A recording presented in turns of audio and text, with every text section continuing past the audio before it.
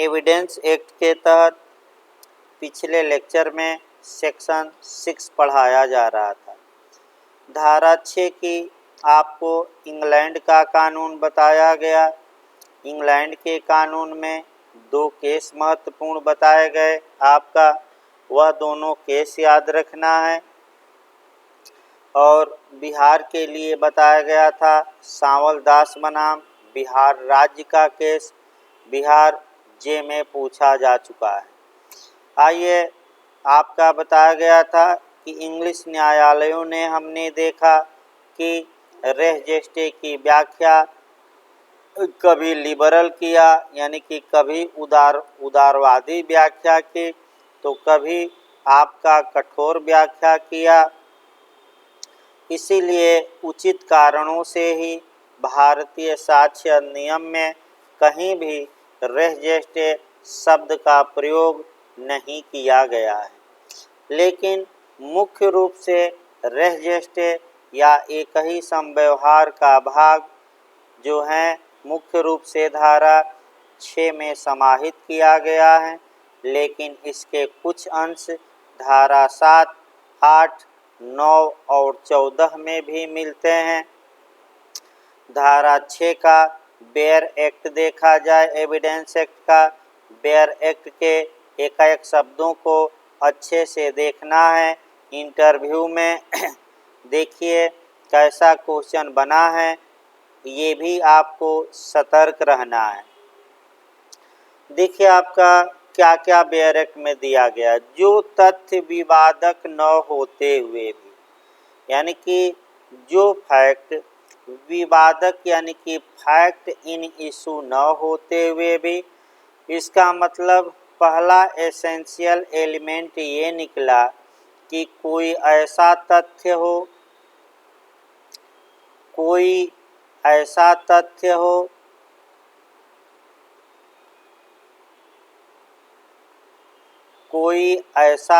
हो जो स्वयं विवाद्य न हो, जो स्वयं विवाद्य न हो,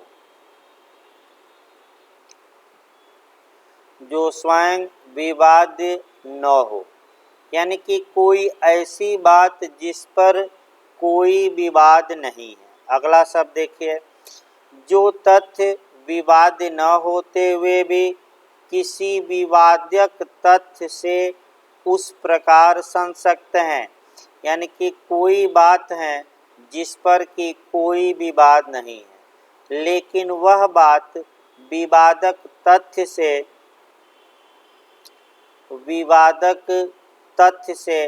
फैक्ट इन इशू से संसक्त हैं। संसक्त यानी कि कोरिलेट हैं, संबंधित हैं, अर्थात जुड़ी हुई हैं। और दोनों का जुड़ाव यानी कि ऐसा तथ्य और विवादक तथ्य दोनों का कोरिलेशन या दोनों का संबंध या दोनों का जुड़ाव इस प्रकार है कि वे एक ही समव्यवहार के भाग हैं, वे सेम ट्रांजैक्शन के पार्ट हैं, एक ही समव्यवहार के भाग हैं, एक ही समव्यवहार के भाग हैं, वे एक ही समव्यवहार के भाग हैं। ऐसी दशा में कह सकते हैं। अंतिम लाइन ये बताती हैं, अंतिम लाइन बिहार जे में पूछा जा चुका है। तो वे तथ्य सुसंगत हैं। वे तथ्य मतलब कि जिन तथ्यों पर कोई विवाद न हो, लेकिन विवादक तथ्य से कोरिलेट हैं, संसर्गी हैं, संबंधित हैं, संसक्त हैं, जुड़े हुए हैं। चाहे वे तथ्य, अब यही बिहार आयोग ने प्री में भी बनाया था, चाहे वे तथ्य उसी समय का मतलब घटना के समय ही, उसी समय और स्थान पर, यानी कि उसी समय पर और उसी स्थान पर घटित हुए हों, और चाहे वे तथ्य विभिन्न समयों और विभिन्न स्थानों पर, यानी कि चाहे वे विभिन्न समयों तथा विभिन्न स्थानों पर घटित हुए हों। यानी कि आप भारत में देख रहे हैं कि अगर विभिन्न समयों पर भी घटित हुए हैं, विभिन्न स्थानों पर भी वह तथ्य घटित हुए हैं, तो भारत में रेलेवेंट माने गए हैं, सुसंगत माने गए हैं। अर्थात इंग्लिश विद से भारतीय विधि व्यापक है, उदारवादी है। इंग्लैंड में सीमित दायरा है, तो भारत में व्यापक दायरा रखा गया है। अब इसको आपको समझना है। चारों बातें आपका बिहार जे में भी 2 बार पूछी जा चुकी हैं। सतर्क रहिए। आवश्यक तत्व में मुख्य ध्यान उसी समय और उसी स्थान पर या विभिन्न समयों और विभिन्न स्थानों पर भी पूछा गया है। आइए एक एक बातों को समझा जाए। पहली बात ये आई कि कोई फैक्ट है, कोई तथ्य है जिस पर कोई विवाद नहीं है। अर्थात कोई ऐसी बात जिस पर कोई डिस्प्यूट नहीं है, कोई विवाद नहीं है, लेकिन वह तथ्य विवादक तथ्य से संसक्त है। यानी कि वह बात फैक्ट इन इशू से विवादक तथ्य से जुड़ी हुई है और उस तथ्य का जिस पर कोई विवाद न हो और जो विवादक तथ्य हैं, इन दोनों का जुड़ाव ऐसा है कि वे एक ही समव्यवहार के भाग हैं। अब यहाँ जो इंटरव्यू में क्वेश्चन बना है, सेम या एक ही का मतलब क्या हुआ, समव्यवहार का मतलब क्या हुआ, ये दोनों अलग अलग बातें पूछी गई हैं। अगर सेम पूछे कि एक ही या सेम का मतलब क्या हुआ, तो आपका जवाब रहेगा सेम शब्द इसलिए दिया गया है, सेम समव्यवहार या ट्रांजैक्शन का मतलब ये हुआ कि वह जो तथ्य है उस ट्रांजैक्शन, उस समव्यवहार से का ही भाग हो। ये हो सकता है कि कोई तथ्य हो अलग अलग घटनाओं से जुड़ा हो, तब धारा 6 अप्लाई नहीं होगी, बल्कि वह जो सेम ट्रांजैक्शन का मतलब, सेम का मतलब ही हुआ कि एक ही, मतलब कि उसी समव्यवहार, उसी घटना का भाग हो। समव्यवहार को भी मैं शुरुआती दौर में पिछले लेक्चर में बताया था। समव्यवहार क्या है, ट्रांजैक्शन क्या है। तो समव्यवहार को एविडेंस एक्ट में डिफाइन नहीं किया गया है, स्टीफेन ने इसे डिफाइन जरूर किया है। तो समव्यवहार आपका पूछा गया है कि ट्रांजैक्शन क्या है। तो एक लाइन बताइएगा इंटरव्यू के लिए, बंडल ऑफ फैक्ट्स, तथ्यों का समूह। यानी कि तथ्यों का समूह ही समव्यवहार कहलाता है। अर्थात जब कई तथ्य आपस में जुड़े हों और उनका जुड़ाव ऐसा हो कि वह एक ही घटना के भाग हों, ऐसी दशा में वे तथ्य जो विवादक नहीं हैं, चाहे उसी समय घटित हुए हों या उसी स्थान पर घटित हुए हों या विभिन्न समयों पर घटित हुए हों या विभिन्न स्थानों पर घटित हुए हों, धारा 6 के तहत वे जो तथ्य हैं वे रेलेवेंट माने जाएंगे। अर्थात धारा 6 आप देखिए तो जितने भी तथ्य, अगर सामान्य रूप से देखा जाए तो जितने भी तथ्य फैक्ट इन इशू से जुड़े हैं, चाहे वे उसी समय घटित हुए हों, उसी स्थान पर, विभिन्न समयों पर, विभिन्न स्थानों पर, यदि वे एक ही घटना के अंग होते हैं, एक ही घटना के भाग मालूम चलते हैं, तो धारा 6 में वे जो तथ्य हैं रेलेवेंट माने जाएंगे। इस प्रकार आपका धारा 6 की व्याख्या बताई गई। धारा 6 की व्याख्या के लिए, धारा 6 को समझाने के लिए बेयर एक्ट में 4 इलस्ट्रेशन, 4 उदाहरण या 4 दृष्टांत दिए गए हैं। दृष्टांतों से भी काफ़ी क्वेश्चन बनता है। आइए, जो भी दृष्टांत आपका दिया गया है उन दृष्टांतों को हम बेयर एक्ट से कवर करेंगे और बेयर एक्ट में जो बातें आपका बताई गई हैं उन बातों से दृष्टांतों को कवर करना है, दृष्टांतों को उन बातों में समाहित करना है। तो आइए एक एक करके दृष्टांत देखा जाए, इलस्ट्रेशन देखा जाए। देखिए, पहला दृष्टांत भी काफ़ी पूछा जाता है। जहाँ तक पहले दृष्टांत की बात है, पहला दृष्टांत भी काफ़ी महत्वपूर्ण है और कई बार पूछा जा चुका है। देखिए, पहला, ख को पीट कर उसकी हत्या करने का क अभियुक्त है। यानी कि ए पर आरोप है कि इसने बी की पीट कर हत्या की है, यानी कि पीट कर हत्या की है। ये ए पर ए अभियुक्त है। क या ख या पास खड़े लोगों द्वारा जो कुछ भी पिटाई के समय, यानी कि ए द्वारा या बी द्वारा या जो लोग पिटाई के समय पास खड़े थे उन लोगों द्वारा पिटाई के समय या उससे इतने अल्पकाल मतलब कुछ समय पूर्व या पश्चात, यानी कि पिटाई के कुछ समय पूर्व या पिटाई के कुछ समय बाद जो ए ने, बी ने या पास खड़े व्यक्तियों ने जो कुछ कहा, यानी कि जो कुछ इन्होंने कहा है वह उसी घटना का भाग होने के कारण, उस संव्यवहार का भाग होने के कारण रेलेवेंट होगा।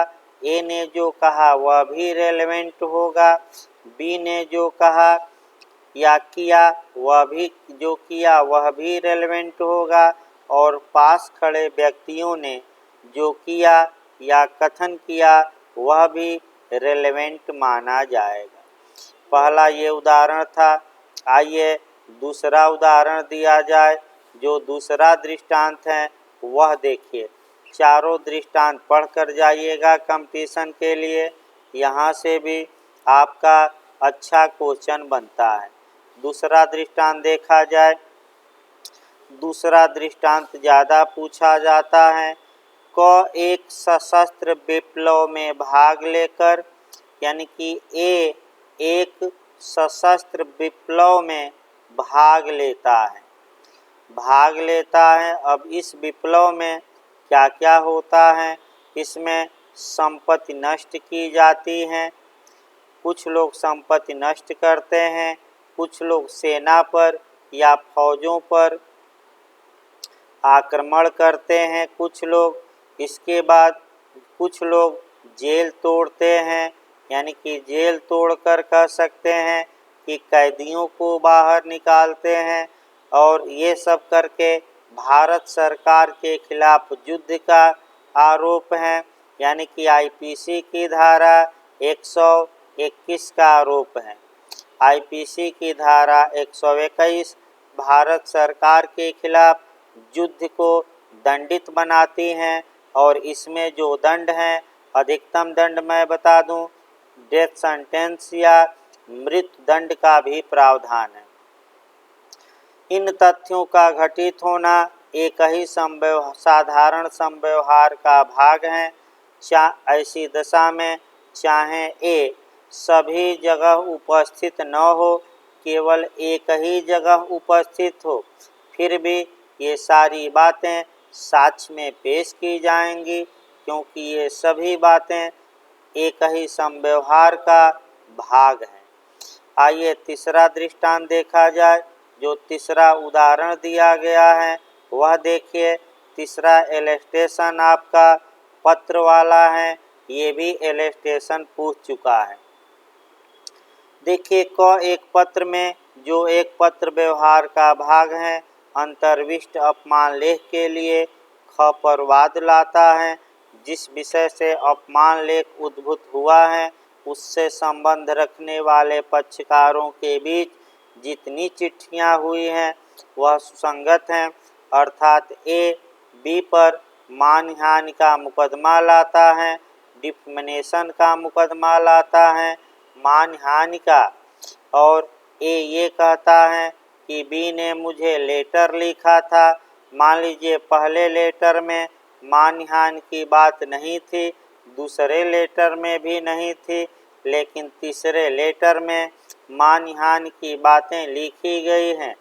तो ये तीनों लेटर एक ही समव्यवहार के भाग हैं, भले ही विभिन्न समयों पर भेजे गए हों उससे मतलब नहीं। ये क्लियर करते हैं अंतिम समव्यवहार को। इसलिए पुराने जो लेटर भेजे गए लेटर नंबर 1 और 2 ये एक ही समव्यवहार या सेम ट्रांजैक्शन में होने के कारण रेलेवेंट माने जाएंगे। चौथा उदाहरण देखा जाए। जहाँ तक चौथे उदाहरण की बात है इसमें सामान के बारे में है, गुड्स के बारे में है। प्रश्न यह है कि क्या ख से आदिष्ट अमुक माल क को परिदत्त किया गया, यानी कि क्या बी ने सामान या गुड्स या माल को ए को परिदत्त किया। ये प्रश्न आपका न्यायालय में है। वह माल अनुक्रमतः कई मध्यवर्ती व्यक्तियों को परिदत्त किया गया था, यानी कि बी ने माल ए को परिदत्त किया कि नहीं। तो वह सामान, वह गुड्स, वह माल कई लोगों को परिदत्त किया गया, यानी कि सी ने डी को किया, डी ने ई को मान लीजिए किया और ई ने बी को किया था। अब समस्या यह है कि क्या बी ने ए को माल परिदत्त किया कि नहीं। तो जो ये भिन्न भिन्न व्यक्तियों ने भिन्न भिन्न लोगों को वह सामान परिदत्त किया वह सेम ट्रांजैक्शन का भाग होने के कारण धारा 6 के तहत सुसंगत माना जाएगा। आइए अगला देखा जाए आपका। जहाँ तक अगले का प्रश्न है आपका धारा 6 पे केस देखना है, भारतीय केस जो लगातार बनता है। देखिए धारा 6 पर जो लीडिंग केस है भारत में आपका वह याद रखना है और वह है R.M. मलकानी वर्सेज महाराष्ट्र राज्य। ये जरूर याद रखिएगा, R.M. मलकानी खूब पूछा जाता है। R.M. मलकानी वर्सेज महाराष्ट्र राज्य versus state of Maharashtra, Maharashtra राज्य का केस है। इस केस को अच्छे से देखना है। देखिए आपका क्या क्या इस केस में पूछा जाता है। आपका पहला क्वेश्चन ये बना है कि R.M. मलकानी का केस किस धारा से संबंधित है, तो धारा 6 मारिएगा। दूसरा केस, दूसरा क्वेश्चन बनता है कि टेप रिकॉर्डर को किस केस में सुसंगत माना गया। तो अगर ये पूछे कि टेप रिकॉर्डर को किस केस में रेलेवेंट माना गया सुप्रीम कोर्ट द्वारा, तो R.M. मलकानी।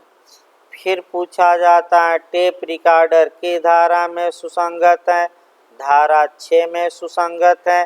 फिर पूछा जाता है आपका कि R.M. मलकानी का केस धारा 6 पे कौन सा केस है, तो R.M. मलकानी। देखिए इसमें क्या बताया गया कि अगर जिस समय बातचीत चल रही है जिस समय टॉकिंग हो रही है, बातचीत चल रही है, अगर उसी समय उस बातचीत को रिकॉर्ड कर लिया गया है तो वह सेम ट्रांजैक्शन का भाग होगा, एक ही समव्यवहार का भाग होगा और धारा 6 में एक ही समव्यवहार का भाग होने के नाते ये टेप रिकॉर्डर सुसंगत होगा। अगला क्वेश्चन बन सकता है, ये मौखिक साक्ष्य माना जाएगा कि दस्तावेजी? तो आपका जवाब रहेगा दस्तावेजी साक्ष्य। टेप रिकॉर्डर की सुसंगतता के लिए उच्चतम न्यायालय ने निम्नलिखित बातें बताई, अर्थात टेप रिकॉर्डर सुसंगत हो, इसके लिए उच्चतम न्यायालय ने निम्नलिखित बातें बताई हैं। उन बातों को भी अच्छे से गौर करना है। इस केस में उच्चतम न्यायालय ने कुछ बातें बताई, वो कौन कौन सी बातें बताई हैं ये देखिए।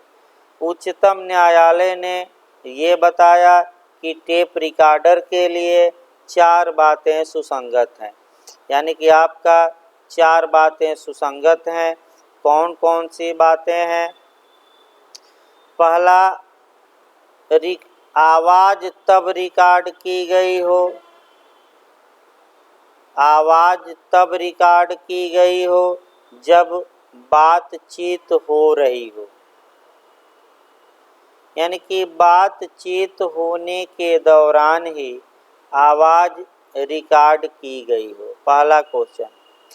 दूसरा क्वेश्चन आपका ये रहा कि आवाज़ किसकी है, आवाज़ की पहचान होनी चाहिए, आवाज़ की पहचान होनी चाहिए। तीसरी बात है कि जो विवादक तथ्य हैं, फैक्ट इन इशू है, आपका आवाज़ या बातचीत उससे रेलेवेंट हो, उससे सुसंगत होनी चाहिए। और चौथी बात है, जो बातचीत रिकॉर्ड की गई है उसमें छेड़छाड़ न हुआ हो। छेड़छाड़ का मतलब कि उसमें कह सकते हैं कि कोई मिक्सिंग न हुई हो, यानी कि आवाज़ में छेड़छाड़ न हुई हो।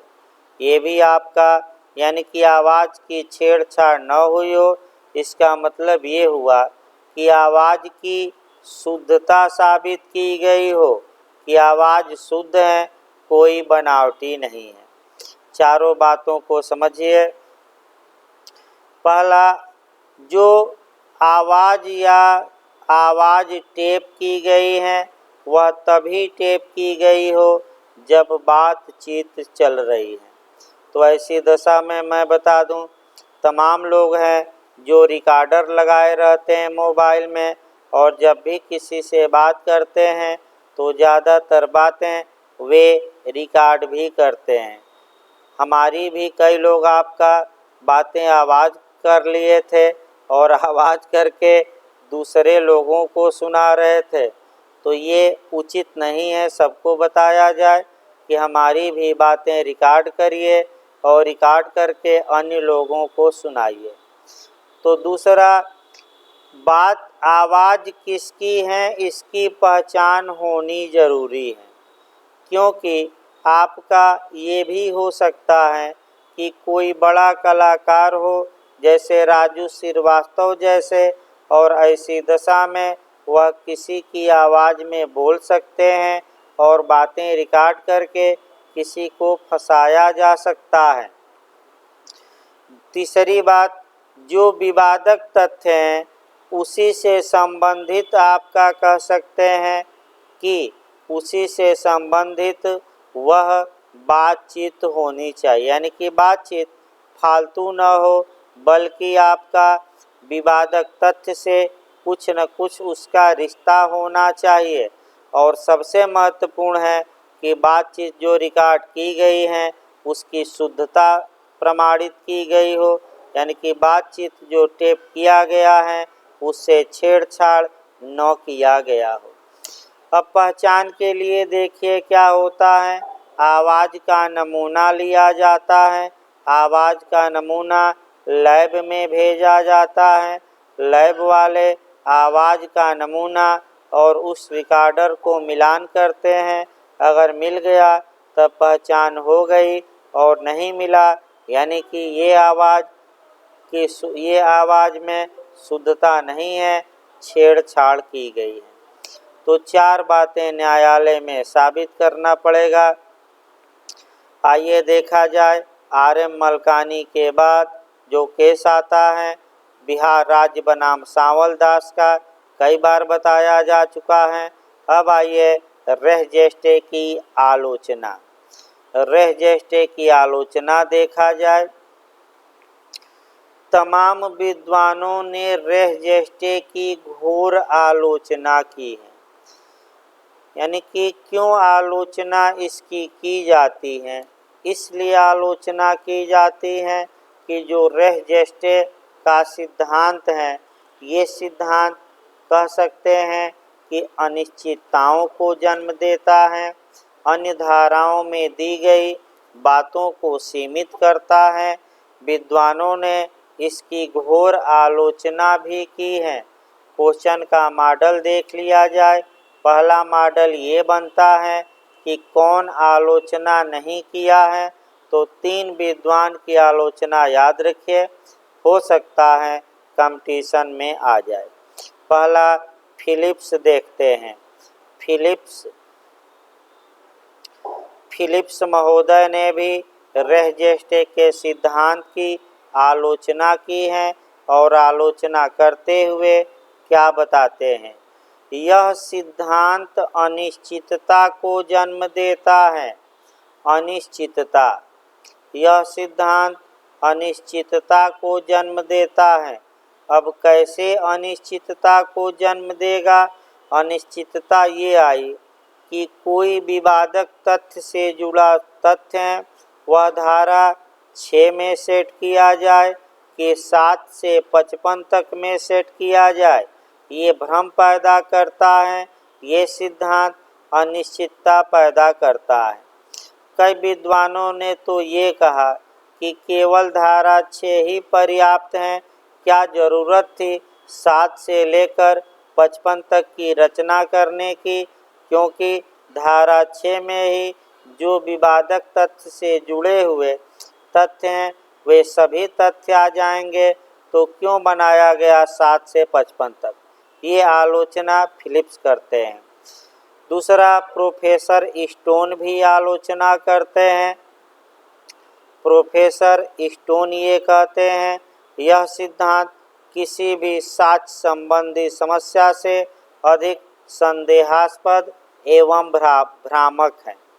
यानी कि यह संदेह भी उत्पन्न करता है और भ्रामक भी है, भ्रम भी उत्पन्न करता है। संदेह ये उत्पन्न करता है कि कोई तथ्य 6 में जाएगा कि 7 से 55 तक, ये संदेह और भ्रम लोगों को उत्पन्न हो जाता है। अतः यह सिद्धांत संदेहास्पद और भ्रमात्मक दोनों है। लेकिन सबसे तगड़ी आलोचना आपका जो किया गया है वह किया गया है, कह सकते हैं कि आपका विगमोर द्वारा। विगमोर ने सबसे तगड़ी आलोचना की है। ये पूछ सकता है विगमोर की आलोचना बहुत तगड़ी है। विगमोर ने काफ़ी कठोर शब्दों में इसकी आलोचना की है। देखिए क्या कहते हैं। रेह जेस्टे का सिद्धांत केवल निरर्थक ही नहीं है, यानी कि यह सिद्धांत निरर्थक है, पहली बात ये कहते हैं। और दूसरा ये कहते हैं कि क्षतिकारक है, क्षतिकारक भी हैं। यानी कि यह सिद्धांत निरर्थक भी है, बेकार भी है, क्षतिकारक है। क्योंकि निरर्थक इसलिए है कि इसकी परिधि में आने वाले प्रत्येक तथ्यों की सुसंगत से संबंधित नियम अन्य नियमों के क्षेत्र में आते हैं। निरर्थक इसलिए हैं कि जो बातें 6 में दी गई हैं वे बातें कहीं न कहीं 7 से 55 तक में आ ही जाती हैं, अतः धारा 6 निरर्थक हैं। क्षतिकारक इसलिए है कि ये धारा 7 से लेकर 55 तक में जो बातें समाहित किया गया है उनकी सीमाओं का उल्लंघन करती हैं, यानी कि इन धाराओं में दिए गए सिद्धांतों का उल्लंघन करती हैं, अतः ये रेह जेस्टे का सिद्धांत क्षतिकारक भी है। आलोचना के होने के बावजूद भी आपका रेह जेस्टे का सिद्धांत एविडेंस के क्षेत्र में एक महत्वपूर्ण स्थान रखता है। ये भी याद रखिए, आज भी कायम है और महत्वपूर्ण स्थान रखता है। धन्यवाद।